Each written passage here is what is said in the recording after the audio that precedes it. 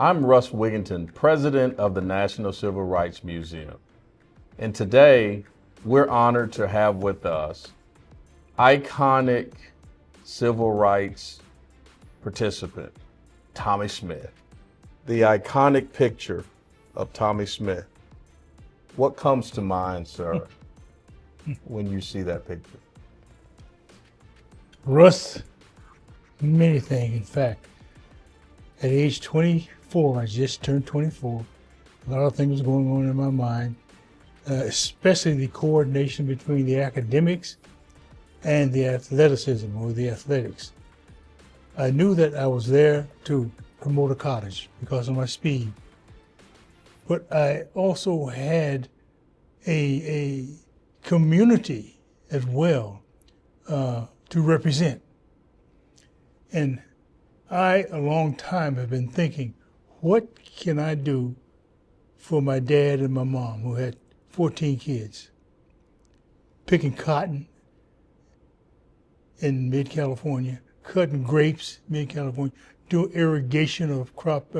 The proportion of my life was still there with them in '68, right there. Then I knew where I was on the victory stand. So the portion of Tommie Smith at that particular time, so many people have died so I could be there. My representation was not just for me holding the fist up, thinking that I would get a contract to buy something for them, but the promotion of God's generosity unto me to help more than my mother and my father, but other mothers and fathers who had gone through the same thing that Tommie Smith and Dora Smith and Richard Smith had gone through, to promote me to that level. So I had an academic reason and I had an athletic reason of promotion and a system that I represented. Racism was rampant. Yes, it was. These were the days of the presidents dying.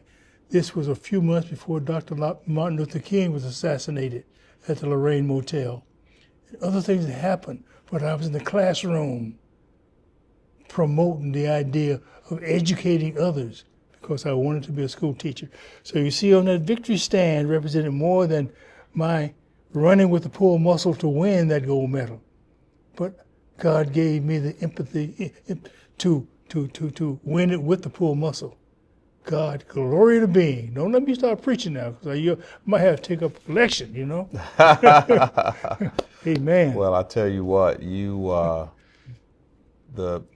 spirit, if you will, in which you have touched so many lives is incomparable. And the connection to what you did to the movement is profound. And to make that connection, the intellectual and the emotional connection.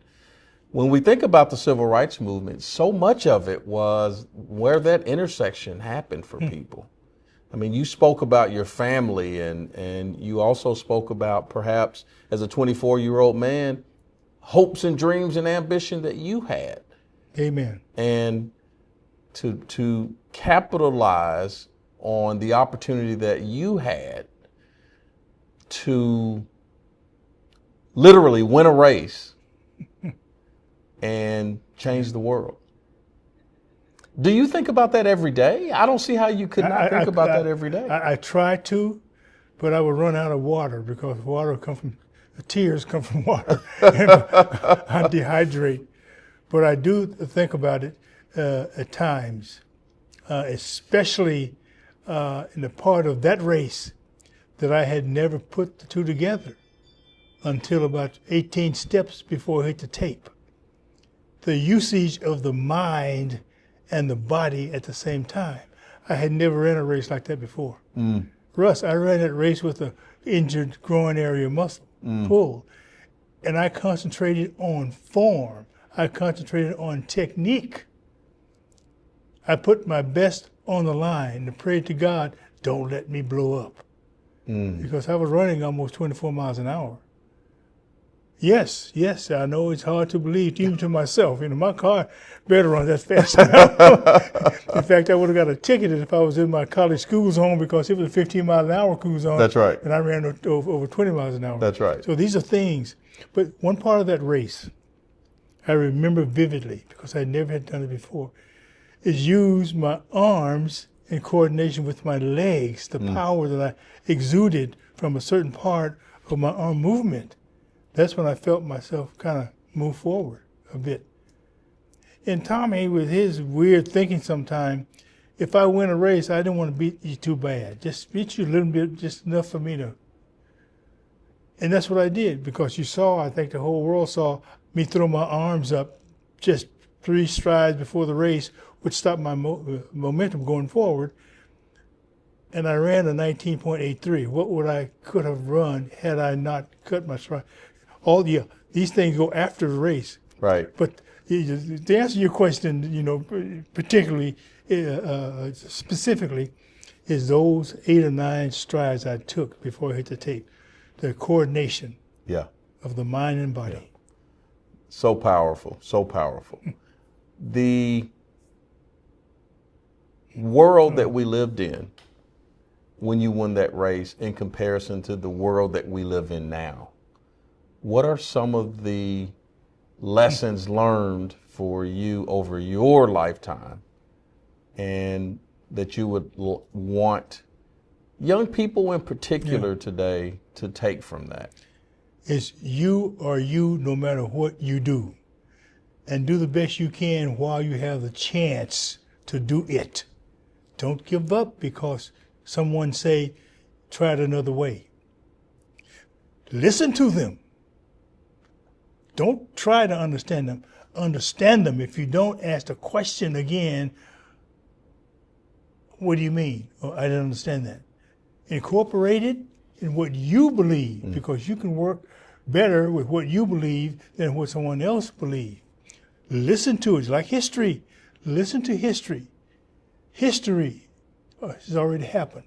You take from it what you can use that day and move forward collectively with those 2 things, mind and body. Don't be afraid to walk upright. Is it hard? Of course it's hard. Society make it hard because man is man. Even the Bible say, you are your worst own enemy at times. Create a you. I am somebody. Smile when it's necessary, which is most of the time, to get the empathy of those around you to do the same thing. Sure. I'm speaking sociological prospects now. And everybody out there, especially the young kids who are going through school, elementary, which I taught, going through junior high, which I taught, going through 4-year colleges, which I taught. For 35 years, that's what I did. And I'm still doing it because I like it. Human beings, you're God's creation. Do I like you? Why do I like you? Because you're a God's person. I don't care what color you are. It's just so happen people don't see it the way I see it, that don't look at color as something that you should like. Look at the human being, the inside. Now you pass the collection box, okay? That's right. That's right. Absolutely.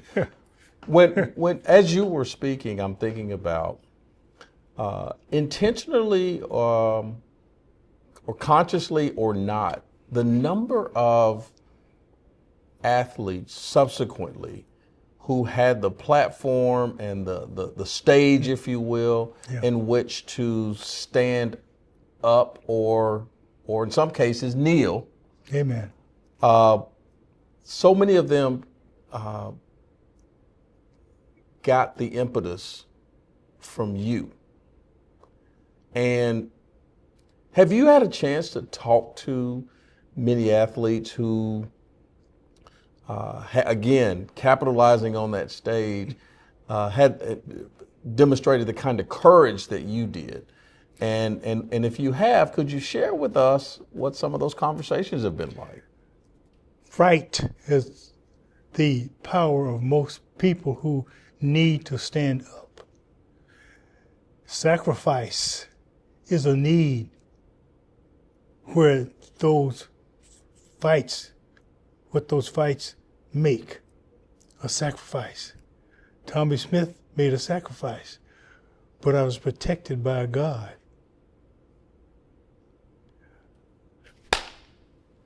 You have to believe. You have to reap what you sow. And if you don't, you won't need to kneel because you don't believe in anything. Yes, again, here I go.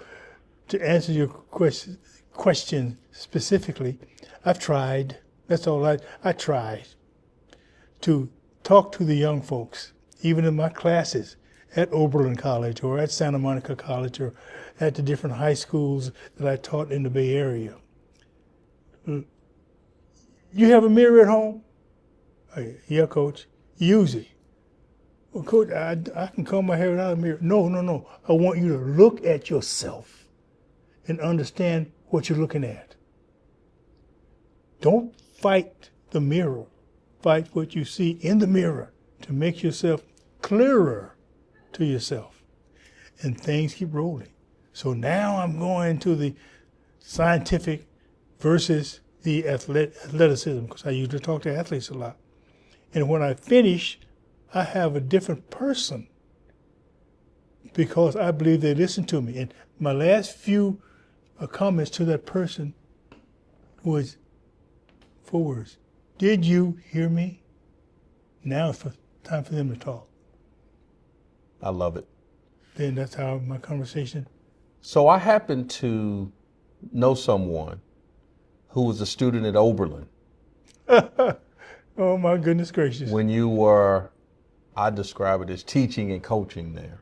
Yeah, that's what I did. And I talked to him last week in anticipation of this conversation. And he told me, as one of few African-American students on the campus at that time, he told me how profound the experience was to have you on that campus doing the work that you did, how he and so many others looked up to you. They had a sense of appreciation for what you did in the Olympics in 1968. But to be in your presence on a regular basis and to see the kind of man that you are was what made the difference for him. Wow. So your role as an educator seems to me was as important as your role as a courageous athlete, if you will, as a 24-year-old. Do you think about your contributions to society through those lenses? Every now and then I think about what I meant to who I spoke to at certain times. Then I smile and say, thank God for the creation of this person that can deliver messages that someone else can hear without having to read them. Then I continue teaching reading. Absolutely. Absolutely. My students at Oberlin were profound themselves because Oberlin is not a school where you can just pick up a pencil and a pad and run to. No, sir. You have to run to the classroom before you get there. You better. Yeah. And when I got there, since you mentioned that college, I got there, it was very political. Of course it was. To the guy that I call the boss man, to Howard Cosell, who came there, and we did a big challenge together. Quite a few people showed up there. I guess it's because the name Tommie Smith nobody knew what was behind that name. But it was all my educational prowess because of my mother and my daddy. My daddy couldn't read, from Ghanaian background. Not to say Ghanaians can't read, it's just he didn't have the chance to learn once he moved across. And my mama was like something like my wife now, but I guess I like that in her because she's like my mama. Does everything that a female can do, which is much more, I say men, much more than men can do because of their moving process in the brain, like doing 5 times at once, and I have trouble doing one thing at once, you know. But my need to move forward is still. At 81, I still feel fresh. Some mornings, 8 o'clock is, 4 hours too early. But I still make it. And I got an organization, the TSYI, the Tommie Smith Youth Initiative. That's what, and I gather kids, and whoever wants to call me through that organization, they can do that, and I can talk to them, and we go, that TSYI goes further on. Sure. So I'm not still.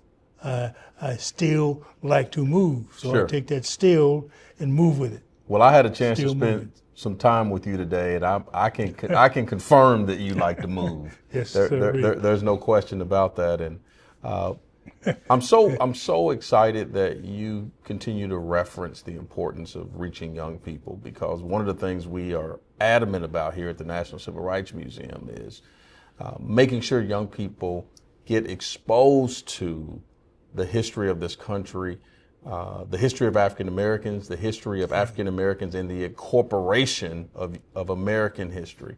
And when we have leaders like yourself who are also committed to that, it's a wonderful reinforcement to our work. You've had a chance to experience this place, and I would love for you to share what stands out to you about the National Civil Rights Museum, its importance, and hopefully its place in the world. It's the educational background that it brings forth. Many people, including black forces, don't know this exists. Come on, don't know a Black History Museum exists. A lot of kids I've talked to over the past 3 years don't know Black history. I spend most of my time, because I retired from teaching a few years ago, trying to explain what Black history is. It's part of American history in a category of its own. The pride that they should have because of what we had to go through in a free system, but was incorporated into slavery. What does this, who's Dr. Martin Luther King? Oh, I read that somewhere. I broke down a few moments ago. Oh, Lord have mercy. A few moments ago, when I saw this guy, young man by the name of Tommie Smith, raise his hand on the victory stand. And you brought in the question about a while ago, what did I feel? I felt it all over again a few moments ago. And you get me out of this chair because I'm about to cry now. You know, it's just what we have to do to move forward. And don't take a back seat to time. Time will get there. Time will take you there. Well, I'll say this, the 81-year-old Tommie Smith has still got the same vigor and passion that he did as a 24-year-old. And we were and are so fortunate at the National Civil Rights Museum to get to be in community with you. Congratulations on receiving the museum's Sports Legacy Award, and thank you for all of your contributions to this world. Highly appreciate it, son. Thank you, sir. I appreciate it. Today's episode is brought to you by the National Civil Rights Museum, located at the Lorraine Motel, the assassination site of Dr. Martin Luther King Jr. It chronicles key episodes of the American Civil Rights Movement, examines today's global civil and human rights issues, provokes thoughtful debate, and serves as a catalyst for positive social change.